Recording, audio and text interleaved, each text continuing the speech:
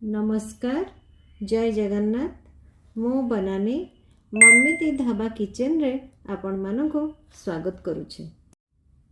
आसंतु आज चकुली पिठार बैटर केमती प्रस्तुत करिबा जानिबा एवं क्रिस्पी डोसा बनेइबा।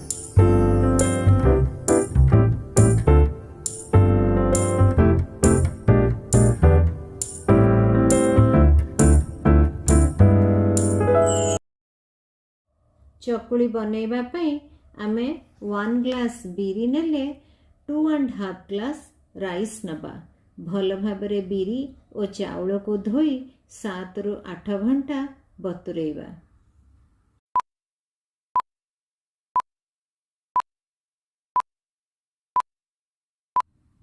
बीरी बतुरेइला बेले सेथिरे 1 टीस्पून मेथी दाना पकेइकी बतुरेइबा।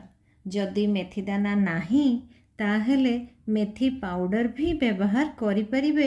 ग्राइंड कला बेले 1 टीस्पून मेथी पाउडर व्यवहार करिबे। एबे हमर बीरी और चाउल 7 रु 8 घंटा बतुरी जाइछि।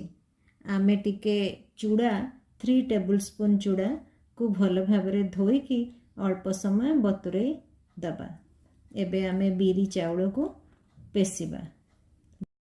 बतुरा होइथिबा चूड़ा भी सेथिरे पकेइकी ग्राइंड करिबा।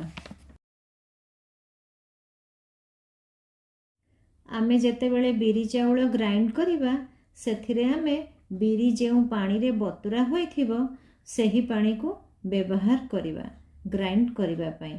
ता द्वारा बैटर भल भाबरे फॉर्मेट होइथाय एवं चूड़ा पकेइकी ग्राइंड कले डोसा टिके ब्राउनिश कलर एवं क्रिस्पी होइथाय।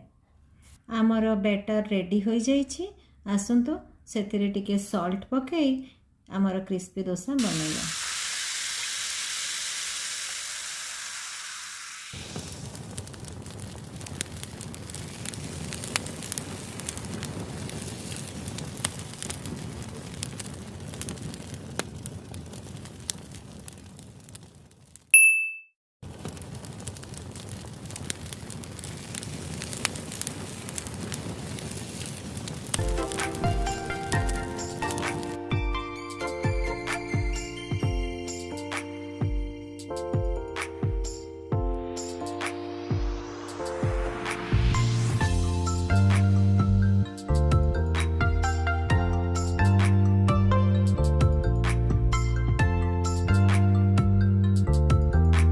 एबे आपण माने कमेंट बॉक्स रे मते जणैबे केमती बनैले क्रिस्पी डोसा आउ केमती लागिला taste. Subscribe and bell icon on करबा को भूलिबे नाही।